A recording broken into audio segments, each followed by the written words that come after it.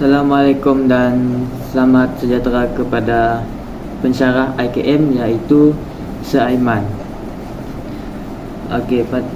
Saya ingin membentangkan tentang introduction daripada syarikat kami ialah Manis Milk Fruit. Manis Milk Fruit adalah merupakan sebuah syarikat yang ditubuhkan oleh 5 orang peniaga IKM Bintulu, iaitu pengurus besar ialah Muhammad Khairul Nizam, Timothy dan Henry Blowing, Syafiq Syami iaitu saya sendiri, dan Gibson Langgar.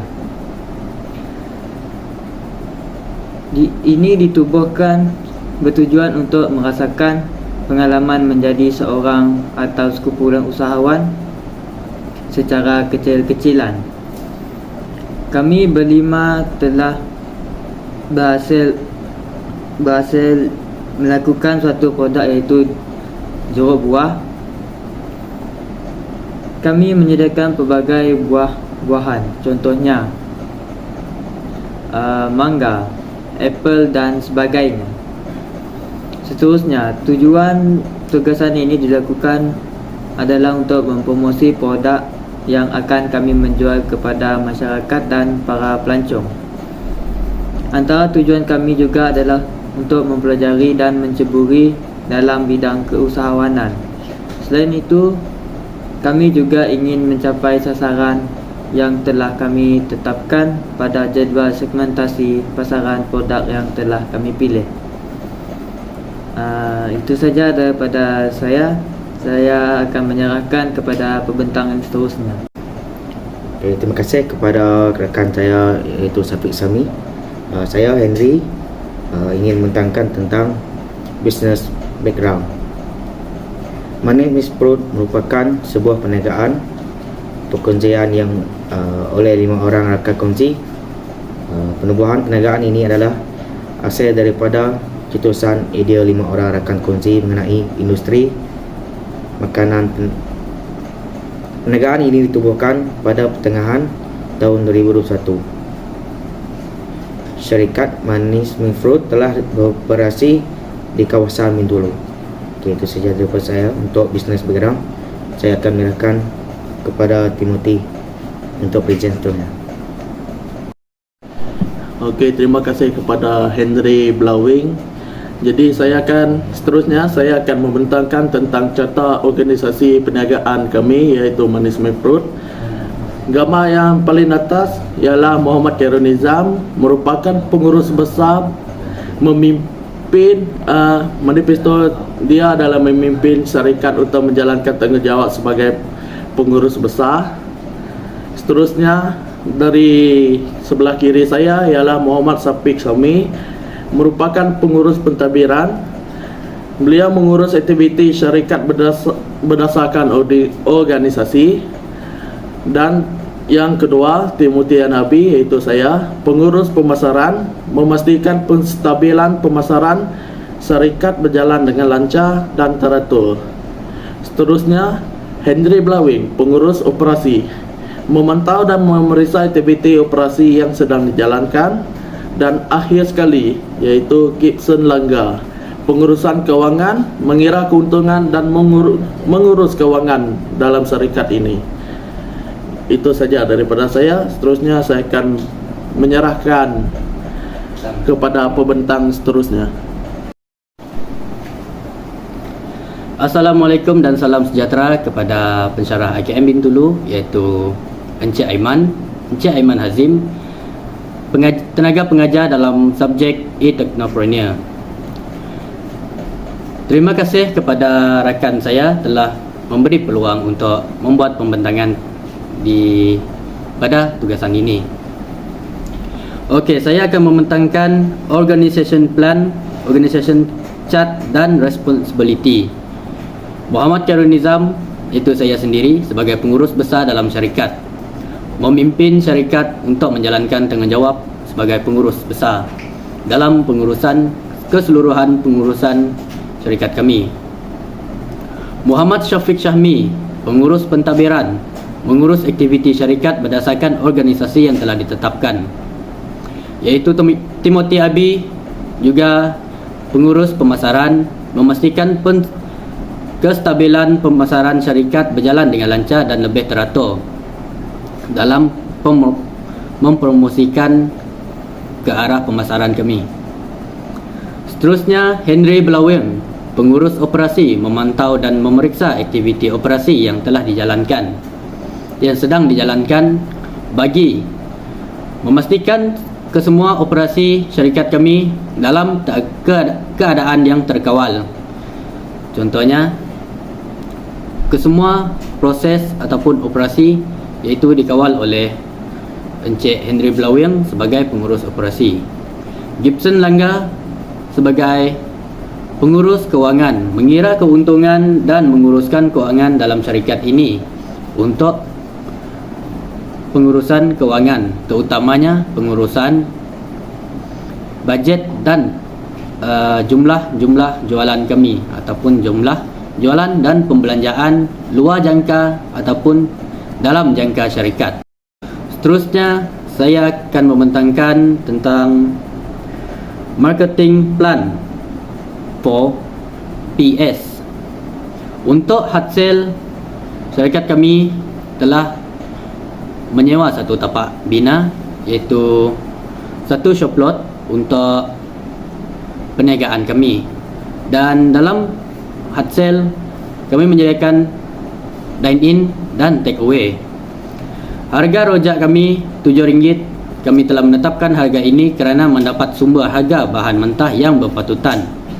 Seperti bahan-bahan mentah yang kami gunakan adalah timun, nanas, sengkuang, apple, tahu basah, pitis rojak dan akhir sekali adalah kacang tanah paket.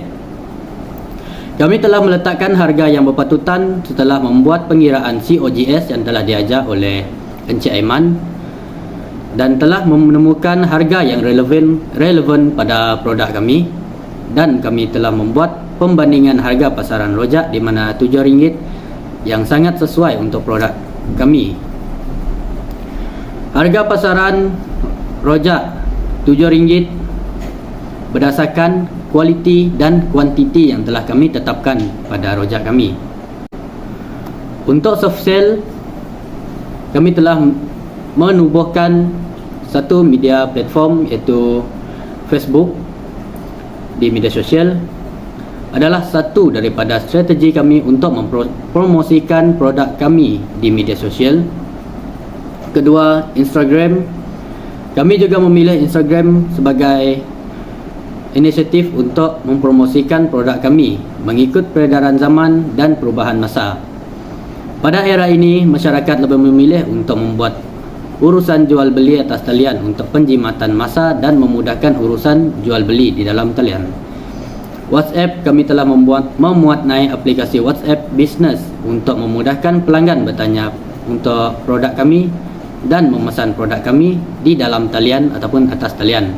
Dan soft sale lagi, rojak, kami telah membuat satu poster rojak iaitu untuk menarik pelanggan kami. Untuk menjawab soalan Q&A pembentangan tugasan ketiga. Soalan yang pertama, potensi perniagaan di masa hadapan.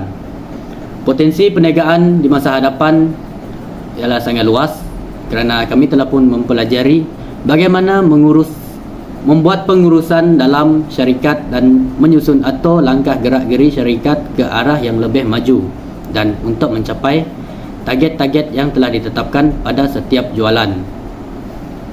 Seterusnya, soalan yang kedua, harapan terhadap perniagaan. Harapan terhadap perniagaan tidak lain tidak bukan iaitu untuk memastikan syarikat kami dalam keadaan yang stabil dan terus mencapai target yang kami telah tetapkan dan terus mengurak langkah untuk ke hadapan. Terima kasih kepada Khairul Nizam untuk pembentangan tadi. Saya Gibson Langga akan bentangkan tentang financial plan, yaitu aliran tunai dan penyata untung dan rugi. Di sini terdapat dua muka surat, yaitu untuk penyata pendapatan kami, yaitu daripada syarikat Manis Milk Fruit. Jualan kami mempunyai ketiga tahun, yaitu jualan tahun 1, 2, dan 3. Jualannya untuk tahun pertama kami mendapat 120.000, dan jualan tahun kedua kami mendapat 13.000, dan jualan tahun ketiga kami mendapat 15.000.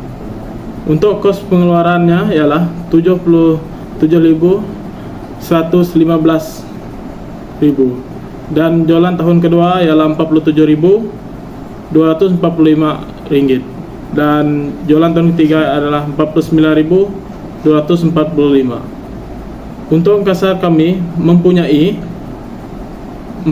untuk tahun pertama yaitu 42.895, dan tahun kedua 34.245, dan tahun ketiga ialah 34.245. Tolak pembelanjaan yaitu belanja pentadbiran ialah 116.400, di tahun kedua 128.040, dan di tahun ketiga adalah 144.000. Dan ini adalah semua catatan pembelanjaan kami, yaitu aliran tunai dan penyataan rugi. Dan untuk yang kedua, yaitu penyataan kos pengeluaran utama, yang di muka surat di sebelah kanan ini adalah kos untuk kami mengeluarkan berapa banyak keuntungan aliran tunai dan penyataan rugi. Terima kasih kepada rekan saya di Selangor. Saya akan membentangkan kesimpulan untuk pemula kami. Kesimpulannya, kami telah membesarkan dan memperluaskan perniagaan kami sehingga tahap ini. Usaha kami dalam memperbesarkan syarikat kami ini ialah dengan menggunakan teknik rakan kongsi. Contohnya, kami menggunakan WhatsApp, Facebook, dan Telegram. Seterusnya, kami juga mengadakan jadwal organisasi untuk pengurusan syarikat, memastikan kestabilan syarikat dengan terkawal. Kami juga menggunakan dengan 5 jawatan besar potensi untuk kestabilan syarikat tinggi. Samping itu, memastikan syarikat terkawal. Memastikan syarikat terkawal. Selain itu, menyediakan belanja luar jangkau, tidak mengganggu belanjawan syarikat. Kami mempunyai jawatan masing-masing dan mempunyai tanggungjawab dalam syarikat kami untuk mengawal syarikat kami. Syarikat kami juga mempunyai visi dan misi dalam syarikat kami untuk sentiasa menjadi yang terbaik dalam pengurusan syarikat, terutamanya kewangan dan jualan. Untuk kami sentiasa menjaga kualiti kami, produk syarikat untuk pelanggan dan nama baik syarikat, dan terus mencapai target syarikat untuk lebih baik pada masa hadapan. Dan akhir sekali, ribuan terima kasih kepada yang telah membantu dan menjayakan perusahaan dalam membina syarikat hingga ke tahap ini. Itu saja dari kepada pemula kami. Terima kasih.